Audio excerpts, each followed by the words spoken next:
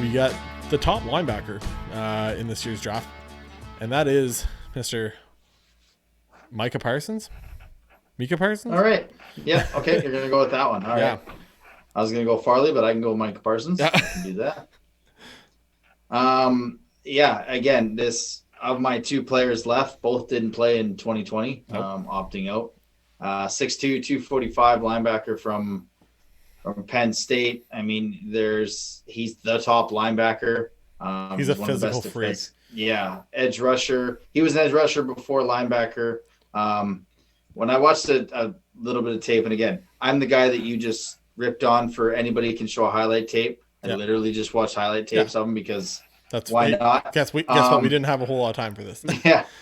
He reminded me of a very good linebacker that we got in Tampa Bay that can go sideline to sideline and make a difference, and that's Devin White. Yep. And if you need to wonder what Devin White does, just look at how close that game against Washington was and look at the rest of the game. Yep. They don't – Taylor Heineke doesn't have the game he has with Devin White. Yep. But anyways, it would have been nice to see him play in 2020. I had to go back to 2019 to watch some tape. Yep. I mean – he's young, he's raw, he needs a team that he can sit behind and kind of learn from. My landing spots for him, I don't think he gets out of the top 10. I got the Lions because, like you said, I mean, Dan Campbell, that seems like a break your kneecap kind of player.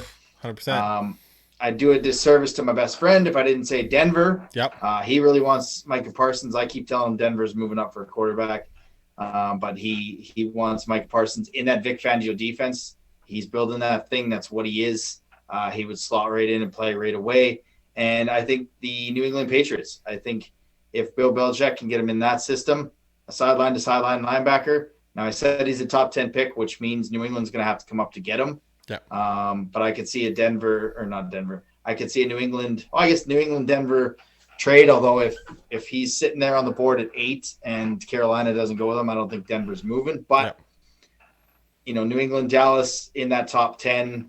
Dallas comes back, gets some picks. I see New England being there because they had so many opt-outs last year, and they're getting a lot of their guys back. So he'd be able to sit in behind, take his time. And when he's effective in limited playing time, and sideline to sideline, Bill Belichick will. Yeah. Bill Belichick loves to shut down an option. Yeah. So if he can have a linebacker, maybe not this year, but next year, that says, "Hey, that tight end, take him away."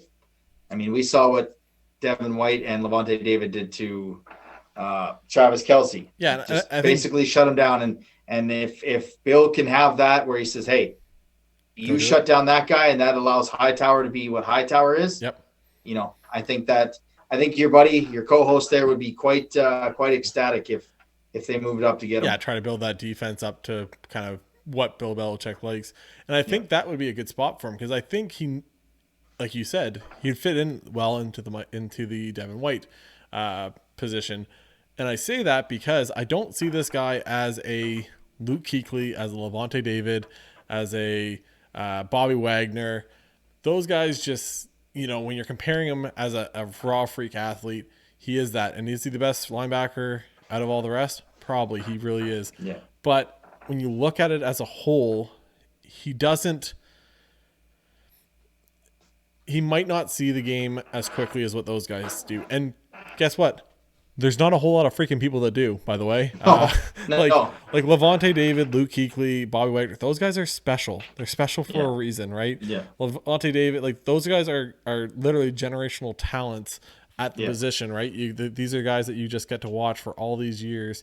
Luke Kuechly obviously retired early because of concussions and stuff, but you guys have got to watch Levante David, and he's been just as good as Luke Kuechly. May not have got the praise of a Luke Kuechly, but he was just as good as Luke Kuechly probably all those years. And they just see the game easier, right? They're the ones making the calls. They're the ones making the adjustments, for the defense as the time goes on. They're the one calling stuff out because they can see the game. It's a chess match, right? Like it's, you used to watch it with, I'm blanking on his name right now, Brian Eric, like one of the best things you can always watch. Urlacher and Ray Lewis. Urlacher and Ray Lewis versus like Peyton Manning, Yeah. or like you're just watching them and the the quarterback's adjusting one thing on one side and then the defender's just adjusting the other way because he understands it, right? It's just that next level of intellect when it comes to that stuff. I think Micah Parsons is very similar to a guy that I had drafted for my team last year in a Kenneth Murray, where he's just a freak. Hey, there's a guy that's going to run that way. Go get him and tackle the shit out of him. And he's such a raw. That's exactly what Devin White is. That's exactly just wind him up Parsons, and be like, and go. And he's going to go and he's going to get him. And he's got the moves that he can get past the guys that are trying to get out on the edge and block you on sweeps and stuff. Whether it's a tight end, whether it's a tackle or a guard, whatever's whoever's pulling, he's got enough moves and he can kind of get around the guys to make the tackles. He's a very, very, very good linebacker prospect. Is he refined? No. Nope. And like you said, would he be if he played 2020? Probably. He would be in the top 5 for sure. But to be fair, I don't blame any of these guys that are opted out. 100%. No. Guess what? Micah, like with him and Chase, and you're talking about another guy that we're going to talk about up here in a minute. These are guys that their draft stock was already cemented. No matter what they did, actually, I guess 4 of the guys we talked about, their draft stock was already cemented in where it was. Parsons was going to be a first-round draft pick. Now if he goes out and tears an ACL, if he goes out and looks bad for some reason, because you get to watch, it's one of those things, right? The more tape you get to watch on a guy, the more you go, didn't notice that before. The offensive coordinator kind of scouted for that now. They know that player a little better. They know his weaknesses. You kind of see that stuff. Like, I don't blame any of these guys for sitting out because all what could have happened is Parsons going to go up in the draft and become a top 5 pick, because of the way he plays? Probably not. Right? It's probably not going to. I think he would have benefited the most from playing. Yeah. Chase wouldn't have. Chase was fine because Chase wasn't playing with Joe Burrow anymore. No. Right? Playing a worse at offense, right? Yeah. Yes, you have all the intangibles, but you're not going to go up. Like any of these guys, not to the point that it's worth the risk of, okay, well, if you tear an ACL or you get hurt or if you look bad, the other option, instead of being a top 10, top 15 pick, is all of a sudden you're a 2nd-round pick or a 3rd-round pick or whatever it is. Jalen Smith. Yeah. 2-3 years ago, Jalen Smith was he was the number 5 linebacker. He was a top 5 pick. Injures himself in the one of the bowl games. Yep. And Dallas takes him in the 2nd round way before anyone thought he would. Yep. And he had to have nerve surgery.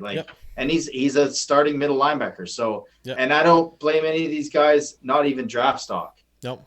If they didn't want to risk COVID, I had 0 issue with anybody taking a year off 100%. at all. I mean, I wish I could have taken a year off. Yeah, me too. Would be great.